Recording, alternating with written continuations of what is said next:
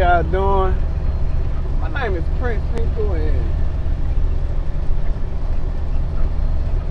lately I've been into seeing angel numbers for I see angel numbers. I know they're angel numbers because now I have done the research, and I'm kind of I am extremely overwhelmed with everything that I experience in life, and I'm extremely overwhelmed with everything that I go through. Man, I go through some things where I can't even explain it. I see numbers, I see signs. I hear things that happen. I see things before it happens. And my angel number has all my life been 555. Every time I see this number, it's a warning. Something is about to happen, or be alert of something about to happen. Or and depending on how many fives I see, it's like sometimes the message of the angel could be extremely intense. And finally one day I had all I could take, and I surrendered. And it just became completely overwhelming with the message that was revealed to me. I broke my neck, and I have always been a spiritual guy, and I always been into the Bible, I always been into the Word. I have always been someone that desired to connect with the source of all creation. I never put a name on it because I feel as if all religions are deeply connected, that the only thing that's holding everybody back from discovering the truth is everyone thinks they have their own truth, which, how could I say my truth is the right truth, and I'm 34, and the guy next to me believing something totally different is 70. So to me, his God is working just as well as mine. And I always had discussed religion. I have always been so open-minded to discuss religion, and I always been so curious to know what everyone else believed in. So these angel numbers, one day I'm 24 years old, 10 years ago, and I was under narcotics because I broke my neck, and people thought, and I'm not, trust me, don't get me wrong, I am not the person to take the narcotics. So this particular day, I had been praising God. God, please help me get rid of this neck pain. And this particular day, I took one of the pills and I laid on the couch, and it's like I had this long dream that revealed to me that my wife was gonna call, that devil was gonna tempt my mom or kill my mom, and I really believe this. I come out of this sleep, and I'm the only one at the house, and I contact my wife and I tell her exactly what's going on, and they think that I'm freaking out. But then it happened. My wife called me and she goes, "Hey baby, how you doing?" And I'm like, "Baby, I just had this dream. You was about to call me and tell me that you was gonna get me something to eat." And she was like, "What?" I'm like, "Yeah, you said you was gonna get me something to eat." And then she was like, "No. Well, I was gonna pick us up some I said, as a matter of fact, God said that it would start with the letter P. Promise to God. So she was like, P? Well, you know, they had at this time they had this store that sold food called Piggly Wiggly. And she was like, "Well, I can go get you some food from Piggly Wiggly if that's what you want." I said, "No, that ain't what God told me." Now, notice, I'm on the couch. I just woke up out of this sleep. My wife called. And I just had this dream. Now, this dream, like I said, seemed like a long dream, but it hadn't even been 5 minutes. 5 minutes. So I say, "You said you were gonna contact me with the something that start with the letter P." She's like, "Well, I can get you some Piggly Wiggly." I was like, "No, that ain't what God said." So as she told me, and I said, "I just want to tell you that God told me to tell you to be prepared because the devil was about to tempt you." And she was like, "What?" She's thinking I'm under medication. "Prince, go back to sleep." I said, "Okay, baby." So I get off the phone with her. I close my eyes. It was like she called me right back in a panic. Her tire blew out while she was on the interstate, and it yanked her car into the left lane. So, which was kind of weird because it swerved her into traffic. So she on the side of the interstate asking me what to do with a broke neck. I'm at home. The first thing I can think about is my brother. Well, my brother worked at this tire factory and he is never at home. But where my wife's car broke down on the interstate, you can look right down the street and see my brother. That was my brother's neighborhood. So I called my wife. I called my brother. Now I'm like 20 miles away at home. And what's up? Hey man, how's it going? What you doing? You know, he was like, "Man, I came home on my break to grab something to eat. I was just about to walk out the door." I said, "Good. My wife is right there. You can look down your street and come off your street, look down there. My wife is right there on the interstate stranded, man. The tire blew out." And he was like, "Okay." He was like, "Oh, wow, what you need for me to do?" I'm like, "Well, man, it's a spare tire on the back of the truck.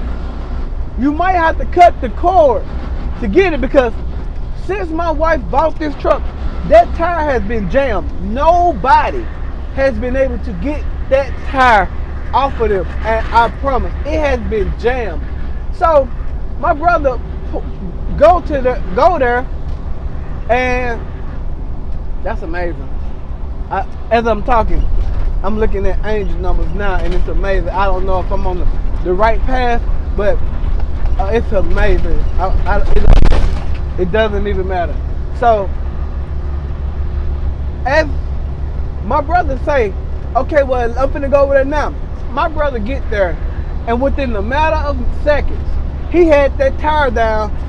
My wife had this car for so long before I even got with her. He unwound the tire and put the tire on just like that. Well, before my brother got there to my wife, it was this lady, this white lady. She come up, pulled up behind my wife, and get out her car. It's a hot day. She walk up to my wife, driver's side, and she say,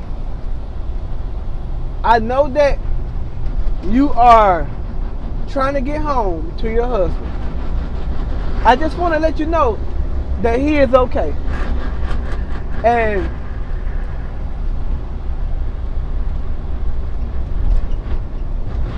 I know that, she said, I know that it's kind of hot, and I just wanted to offer you something to drink. And because she was on the side of the road. So she go back to the car. She come back with this box of Popeye's chicken and 5 cups of water. 5 cups of water. She come back with this Popeye's chicken and 5 cups of water, man. And my wife asked the lady, what was her name? She said, it's no need for that. Just consider me as your guardian angel. So my wife called me and tell me what happened. My brother had, this after the fact, because by that time my brother pulled up. The lady was pulling off. Like I said, he got the tire dead, and they drunk the water, ate some chicken and stuff. And I called, my wife called me, and she said, Prince,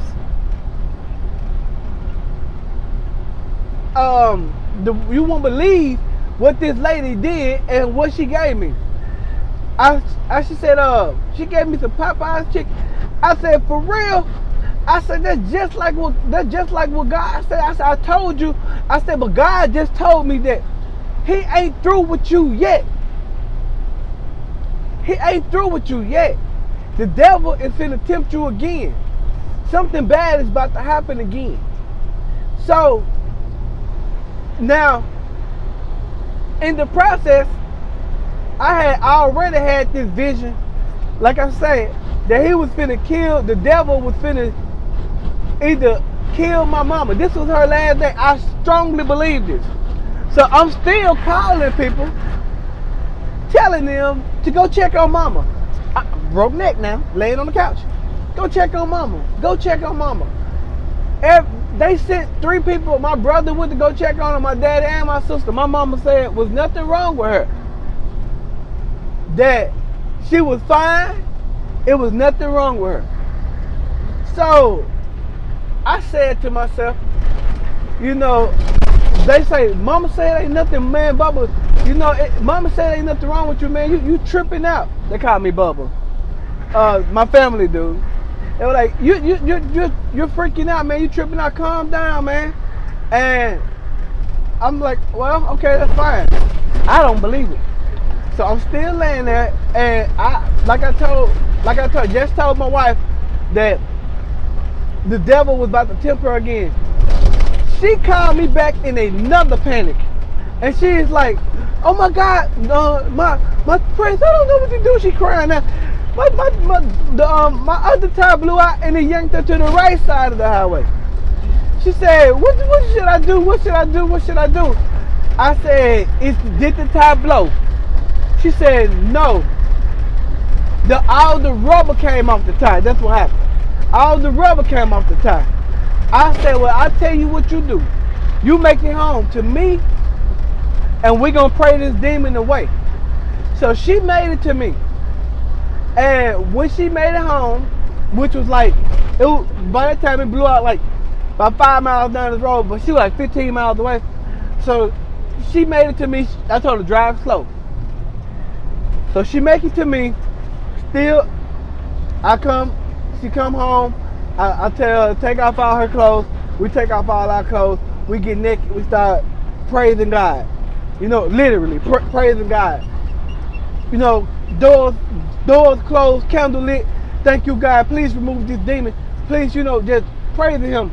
You know, just please. You know what I'm saying? So get done. Put our clothes on. I still strongly believe that something is wrong with my mom. So we go, pull around the corner. My wife stayed around the corner from a tire shop. So we get there, and I'm gonna wrap this up. We get there. They didn't want to do the tire So we drove down the road about 5 more miles, closer to my mom's house, and the guy ended up putting us on a brand new tire because that was the only one he had for $35. This 2010. 2010. So, and notice, it was, I broke my neck right after I got married.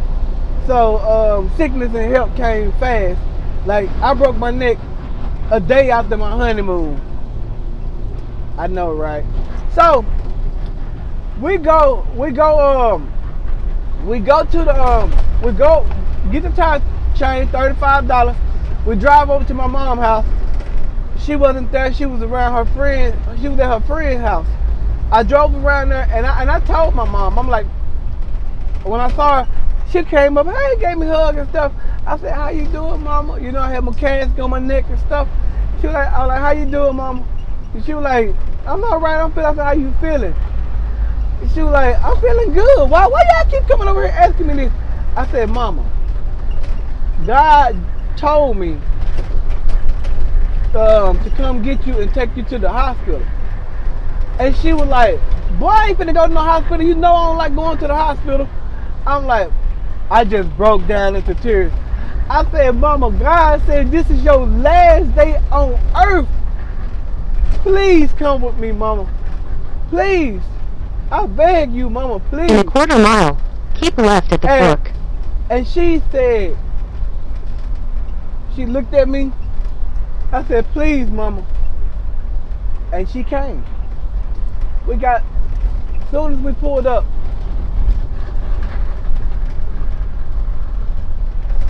to keep left at the fork. As soon as we made it to the hospital, I go check her in, and she continue on I-95 south for 29 miles. She instantly get the shaking. She get to having these shakes. I'm sorry, yeah, I'm going through a toll road. She instantly get to shaking. So I ran up there and I told the nurse, listen. Head southwest. My mom. Continue for 2 miles. My mom, something is wrong. Something is wrong with her. So they skipped the waiting line of 50 people, threw her on the stretcher in the hospital, took her to the back. And they wanted to run some laboratory blood work on her. And when they put the needle in her, they couldn't get no blood. So they couldn't get any blood out of her. So they was trying to figure out, I'm like, what's wrong? They said they checked her blood count. Her blood count was told that it was like a 13 or something like that. It was extremely low. And the guy said he don't know how she had been living all this time. I'm going through a tunnel, y'all. Had been living all this time. She was supposed to be in a coma. And I told, and so they went and grabbed, they tested her type, and they got, I guess, they brought back 3 pints of blood real fast. I don't know anything about blood, but I'm assuming that the blood that they brought her back was compatible with her blood type. And I'm talking about, man, like I say, that was the first time I ever had encountered with angel numbers to the extreme like that, and I had a insight from the Creator. So man, that's one of my stories, y'all. I have several. I'm Prince Hinkle from Mississippi, man, and I like to say that I'm King Prince the trucker, because I am in the truck. I mainly live in the truck, you know, but I live in Mississippi with my family, my wife and kids, but this is where I'm at. This is what helps me grow spiritually inside of this truck. and be able to be a better man for my family, y'all. So I'm gonna be sharing some insights on my life, and I'm gonna be, posting different things. Right now, I think I only have 7 subscribers, and that's fine because I had this account for like 10 years, 10, 11 years, posting like 3 videos of me rapping and stuff like that, me being bored out here. In 800 feet, keep left to continue toward I-95 South. But overall, man, Keep left. let me know what y'all think in the comments below, and I hope y'all could have heard this because I got Continue this on. for 27 miles. And pardon the noise that's in the background, man. Next time I do a video, it won't be as loud, but if you can, man, I don't have any subscribers, so subscribe, like in the next video that I try to. I'm just real, man. I'm not into editing and stuff like that. I try, but I'm more so spiritual, man. I just come to just deliver whatever message that God placed on my heart, and I could talk all day, but that's all, y'all. This mean my mama used to do this, man. My mom dead now. This mean I love you. So if you see me doing this, this mean I love y'all. Love y'all, man.